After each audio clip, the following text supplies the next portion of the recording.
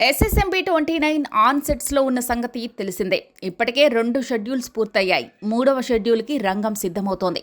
హైదరాబాద్లోనే ఈ షెడ్యూల్ జరుగుతోంది.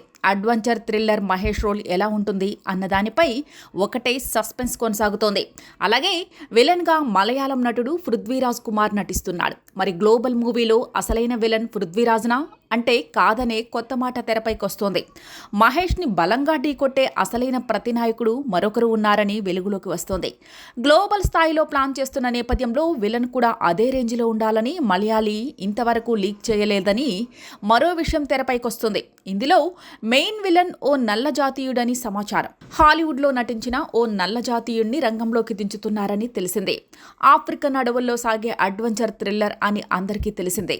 ఈ నేపథ్యంలో అదే ప్రాంతానికి చెందిన విలన్ అయితే సినిమాకు మరింత హైప్ వస్తుందని జక్కన్న ఇలా ప్లాన్ చేస్తున్నట్లు సన్నిహిత వర్గాల నుంచి లీక్ అయింది. అయితే ఆ నటుడు ఎవరు అన్నది మాత్రం ఇంకా బయటకు రాలేదు.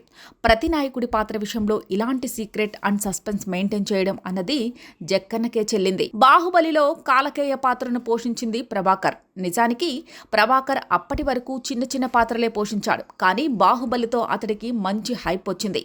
అంతకుముందు విక్రమార్కుడు విలన్ తిట్ల పాత్రను క్యారెక్టరైజ్ ఆర్టిస్ట్ అజయ్ పోషించాడు. ఆ సినిమా కూడా అజయ్కి మంచి పేరు తీసుకొచ్చింది. RRR చిత్రంలోనూ అసలైన విలన్ పాత్రలు పోషించింది తెల్లవారే. వాళ్ళ వివరాలేవి రాజమౌళి సినిమా రిలీజ్కు ముందు ఇవ్వలేదు. ఎస్ఎస్ఎంబి 29 విషయంలోనూ అదే స్ట్రాటజీలో ముందుకెళ్తున్నారు.